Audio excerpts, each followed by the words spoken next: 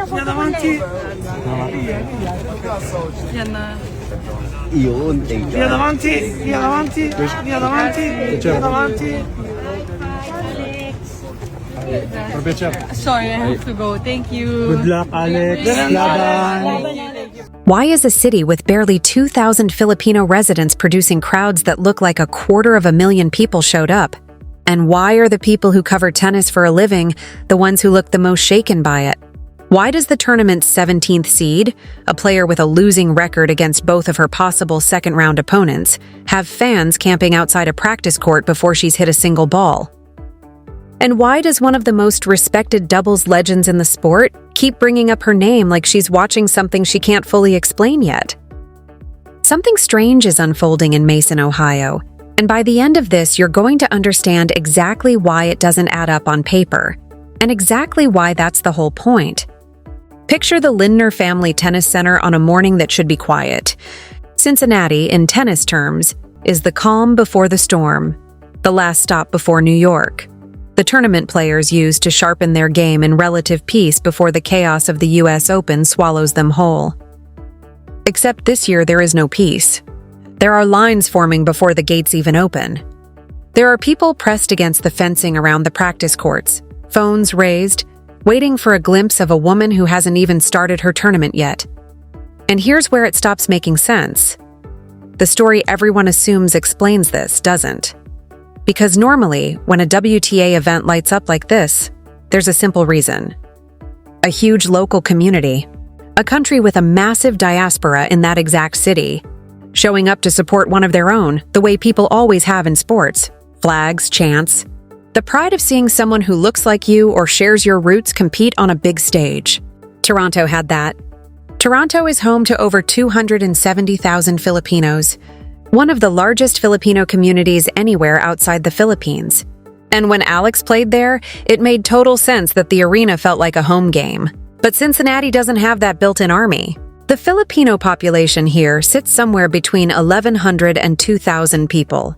Do the math on that gap for a second.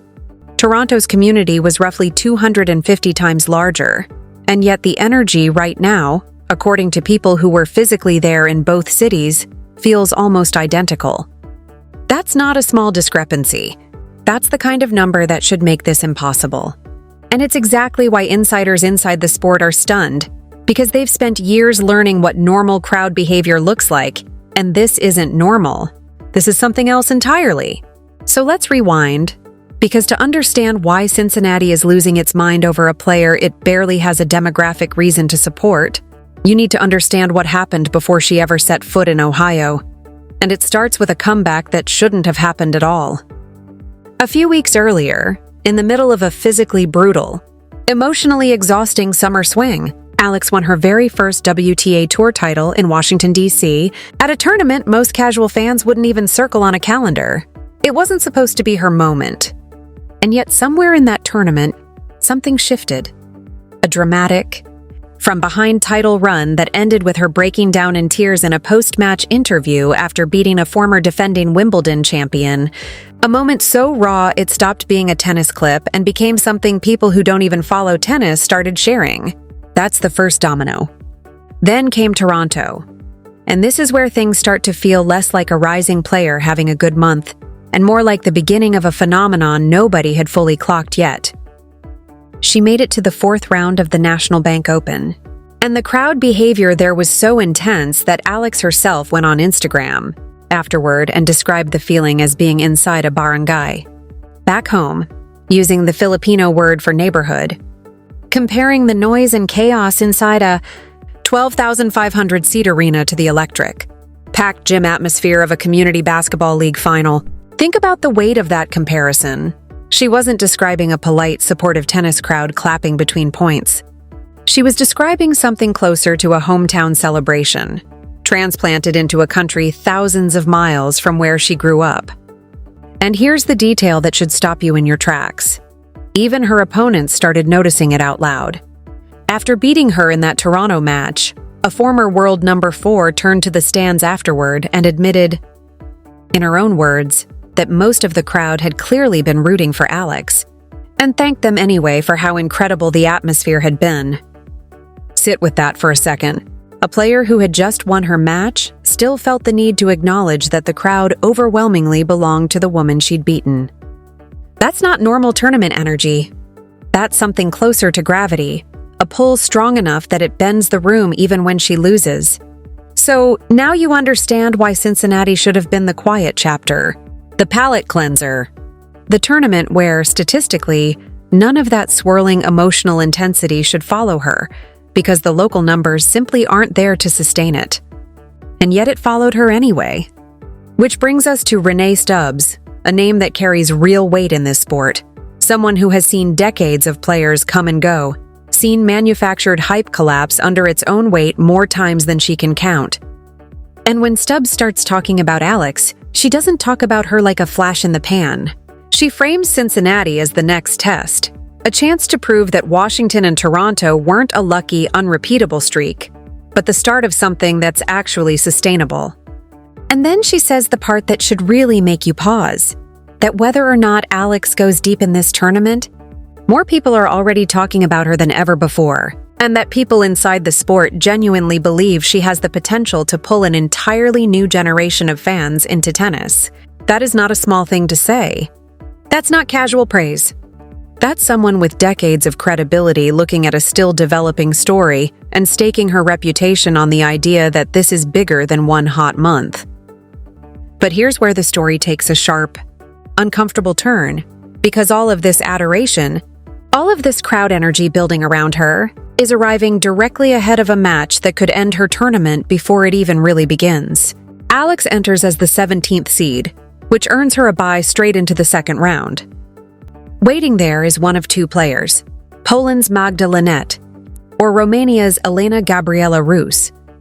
And here's the part nobody in that crowd wants to think about. She does not currently have a winning record against either one of them. Start with the worst of the two nightmares. If it's Rus waiting across the net, the history is brutal. Alex is winless against her, having lost in 3 tight, punishing sets back in the 2024 US Open qualifiers. And Rus isn't just dangerous on paper. She's dangerous right now. In this exact moment, having just pulled off a jaw-dropping comeback in Toronto days earlier, clawing back from being down 4 games to love in a set, to beat an American opponent in 3 sets. That's not a player limping into Cincinnati. That's a player who just proved, in the same city Alex left behind, that she thrives specifically in moments where the match looks over. If she comes through, Alex isn't just facing someone she's never beaten. She's facing someone freshly reminded of exactly how good she is at stealing matches that should already be lost. Now flip to the other possibility. If it's Linette instead, the picture looks slightly friendlier on the surface. The two have split their 4 career meetings evenly, and Alex has actually won the last 2, at the ASB Classic and again at the Miami Open. That sounds like momentum. Except go back further. And Linette has beaten her twice before that, in Abu Dhabi in 2024 and again in Nottingham in 2025. And there's one more detail that should make anyone underestimating. Linette, think twice. This is the same player who, just months earlier at the 2026 Miami Open, knocked out a 5-time Grand Slam champion.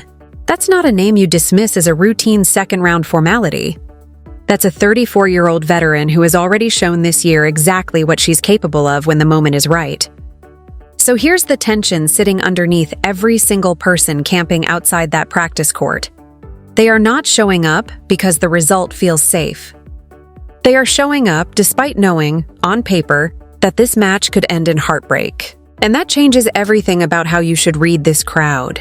This isn't blind guaranteed win fandom. This is people choosing to show up anyway, because somewhere along the way, watching her stopped being about the scoreline and started being about something else entirely. There's another layer buried in this story that makes Cincinnati even heavier than it looks from the outside. This is literally her first time ever competing at this specific tournament. She was supposed to play it last year, but a shoulder injury forced her to withdraw before she ever got the chance. So underneath the crowds, underneath the terrifying draw, there's a quiet, personal milestone happening, a debut on the back of the single best month of her career, and also on the back of one of the most physically draining stretches she's ever had to survive. Nearly 2 straight weeks of high level, High-pressure tennis led into her exit from the Canadian Open, and from there, barely any time to recover before landing in Ohio. Her team has been working overtime just to keep her body from breaking down completely, and she's been open about how much she values simply staying healthy right now. Treating it like the single most important thing on her list. She is not walking into Cincinnati fresh. She is walking in running on fumes, and the fans lining up before sunrise seem to understand that completely, and they're showing up anyway, treating every practice session like it matters just as much as the match itself. Now here's where you need to understand where she actually came from, because it reframes everything you've just heard.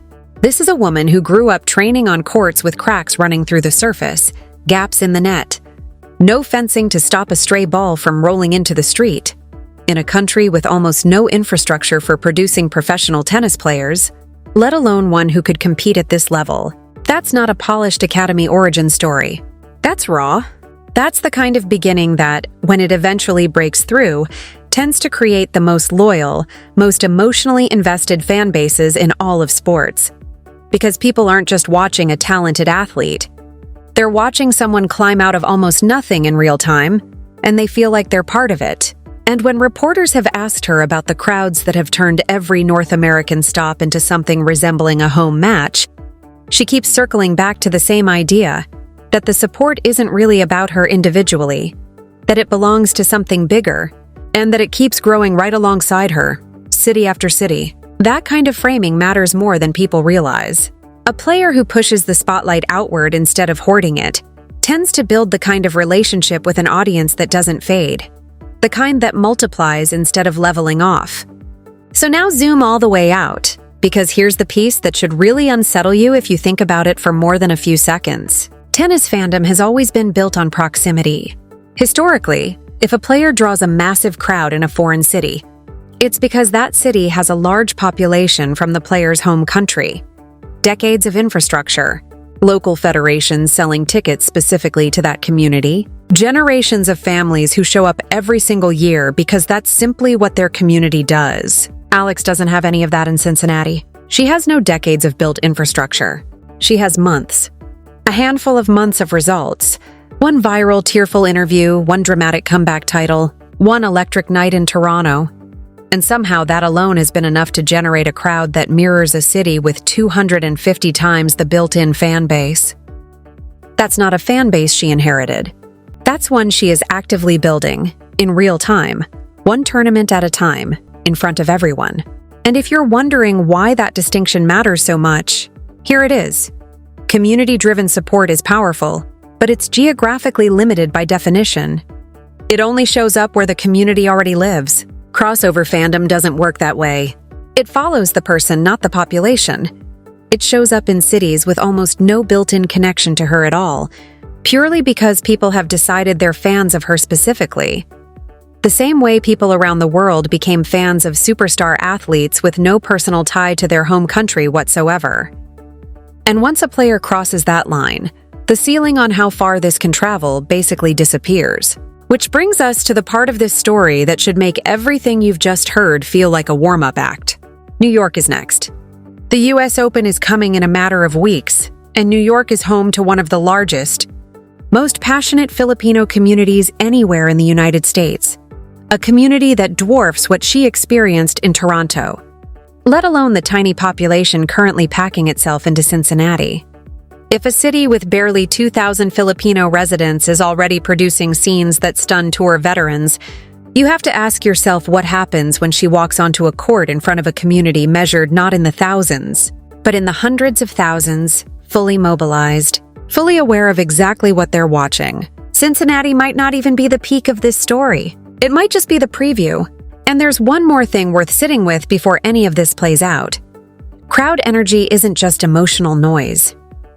Players talk constantly about how a supportive crowd can shift the actual rhythm of a tight match, how it can hand you an extra half-second of belief on a break point, how it can carry you through a tired third set when your legs are screaming at you to stop. She's already shown this season in that gutting comeback win over a top American opponent in Washington that she has the ability to find her best tennis exactly when the moment demands it most. So when she walks out against Ruse or Lynette, whichever name ends up standing across the net, she won't just be facing a dangerous, well-prepared opponent. She'll be walking out with a stadium full of people who have no demographic reason to be there in these numbers, and who showed up anyway, fully aware of how hard this match could go. That's the real story sitting underneath the surprise. It was never really about Cincinnati or Toronto before it, or Washington before that. It's about a woman who trained on cracked courts with no fencing, who cried on camera after beating a Wimbledon champion, who turned one summer into a wave that keeps rolling forward, no matter how small the local welcoming committee is supposed to be. Normally, this kind of crossover appeal takes years to build, sometimes an entire career. She has built the early version of it in a single, relentless summer. So whatever happens when the draw is finalized, whoever walks onto that court to face her, remember this: the crowd isn't there because the outcome feels safe. It's there because somewhere over the last few months, without a single decade of infrastructure behind her, Alex turned herself into the kind of player people simply choose to follow. City after city, match after match, whether or not there's anyone from home there to greet her. And if Cincinnati really is just the preview, New York is about to find out exactly how loud this can get.